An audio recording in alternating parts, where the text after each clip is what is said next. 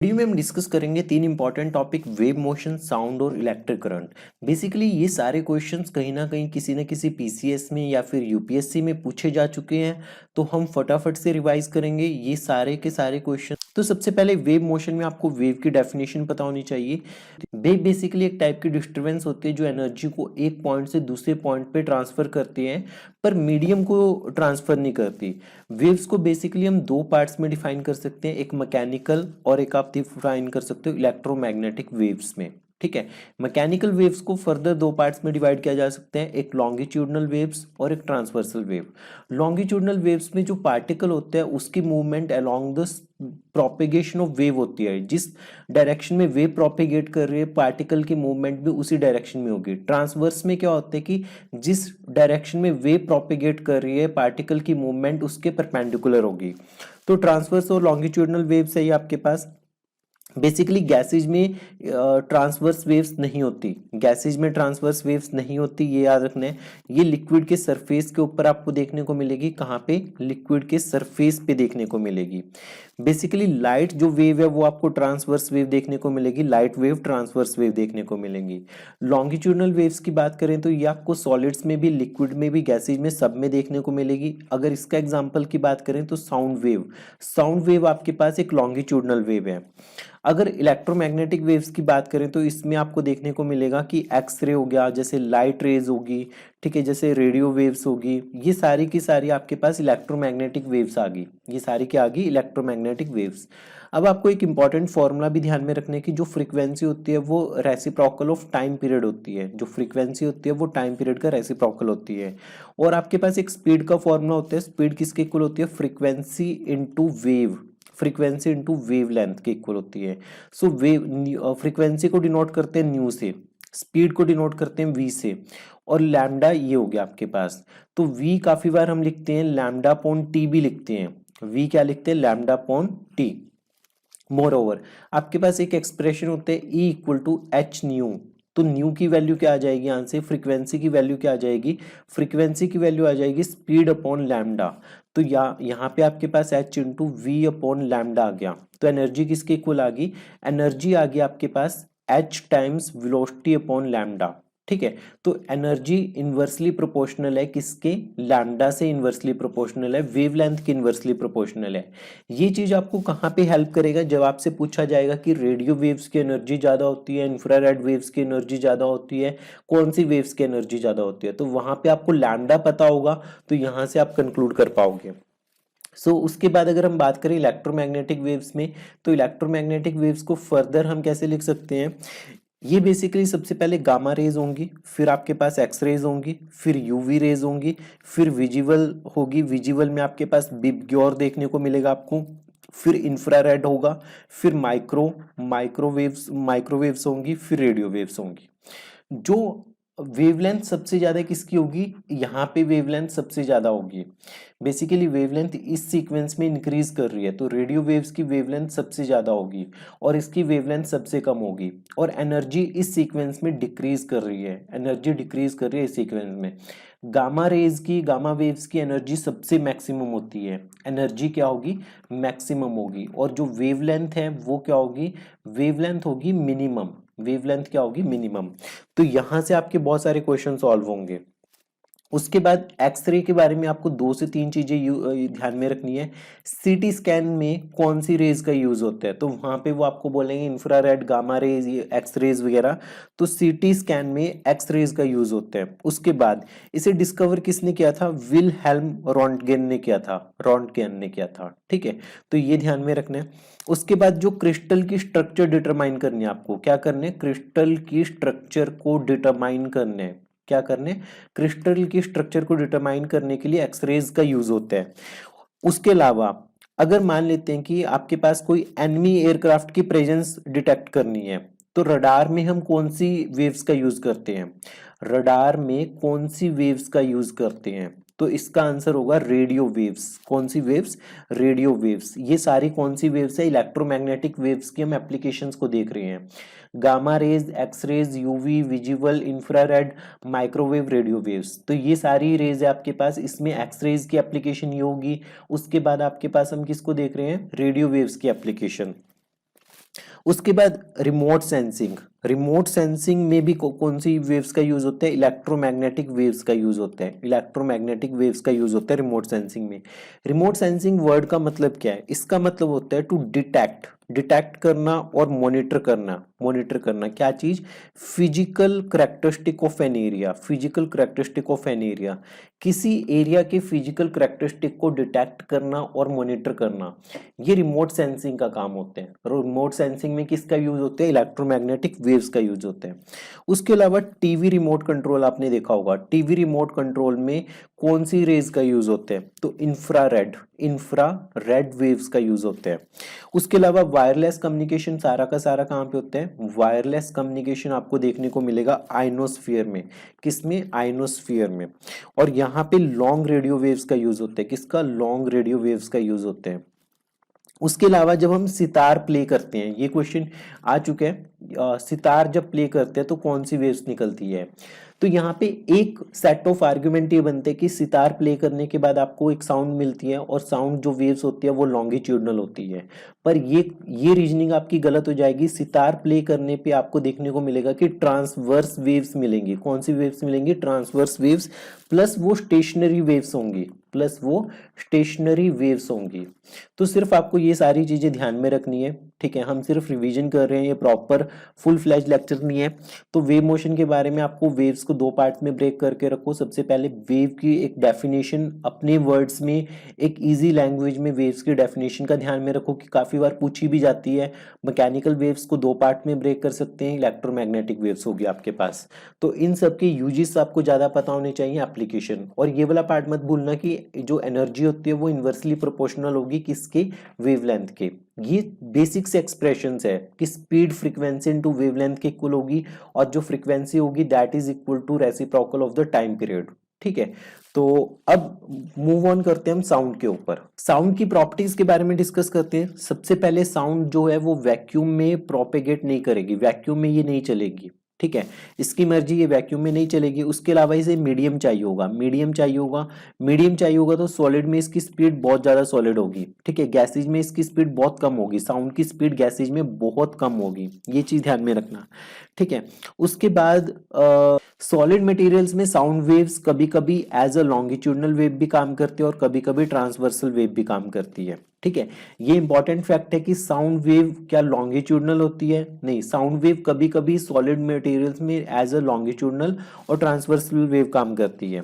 और एक चीज ध्यान में रखना, with increase in the temperature the speed of the sound increase, ये स्टेटमेंट ट्रू है या फॉल्स है, तो ये ध्यान में रखना।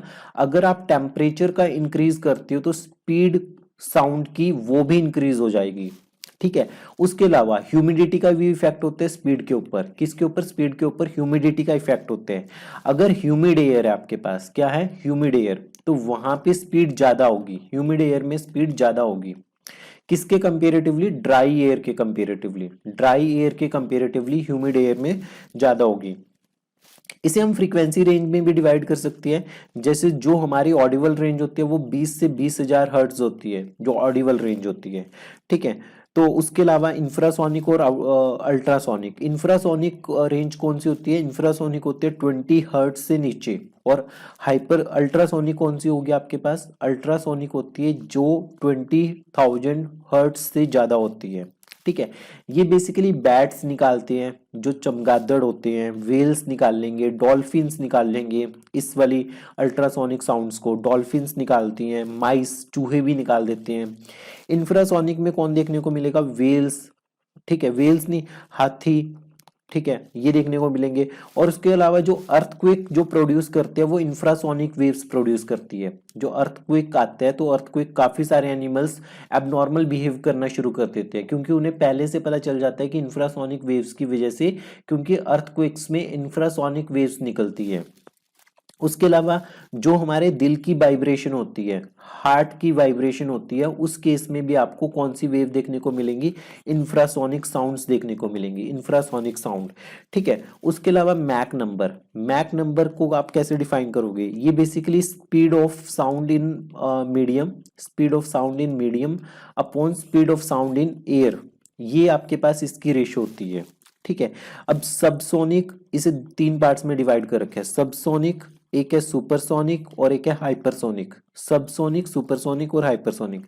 लेस देन 1 मैक, ये 1 से 5 मैक के बीच में है, और एक ग्रेटर देन 5 मैक है। तो ये तीन है आपके पास, सबसोनिक, सुपरसोनिक और हाइपरसोनिक। उसके अलावा अगर आप देखो कि इसके बाद बात करते हैं साउंड इंटेंसिटी के बारे में। साउंड इंटेंसिटी, तो ये वर्ड आपने बहुत बार सुना होगा, ये पेपर में भी आपको देखने को मिल सकती है इससे रिलेटेड एक स्टेटमेंट। तो साउंड इंटेंसिटी का मतलब क्या है कि जो पावर कैरी की जा रही है साउंड वेव्स के द्वारा, power carried by sound waves, सिर्फ आप ये 5 वर्ड से याद रखना, power carried by sound waves, तो उसे बोलते हैं इंटेंसिटी। ठीक है। और इको से आप क्या समझते हो? इको का मतलब है कि एक साउंड होगी, इको एक साउंड होगी जो दोबारा से रिफ्लेक्ट होके आ रही है किसी सरफेस से। ठीक है। Sound which is caused by, sound which is caused by reflection of sound wave, reflection of sound wave. Sound wave के रिफ्लेक्शन के बाद जो कॉज हुई है उसे बोलेंगे eco.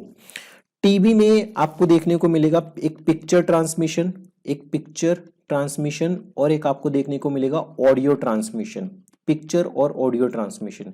Picture transmission basically amplitude modulation पे काम करता है, एएम के ऊपर, और ऑडियो ट्रांसलेशन किसके ऊपर करता है? फ्रीक्वेंसी मॉड्यूलेशन के ऊपर, फ्रीक्वेंसी मॉड्यूलेशन के ऊपर। उसके अलावा एक चीज ध्यान में रखनी है कि साउंड की अगर लाउडनेस को देखना है, किसको देखना है? साउंड की लाउडनेस को अगर देखना है तो उसमें क्या होगा? एम्पलीट्यूड में मेजर करेंगे इसे। किस में मेजर करेंगे? एम्पलीट्यूड में मेजर करेंगे साउंड की लाउडनेस को। ठीक है। ये चीज इंपॉर्टेंट है, ये चीज आपको ध्यान में रखनी है।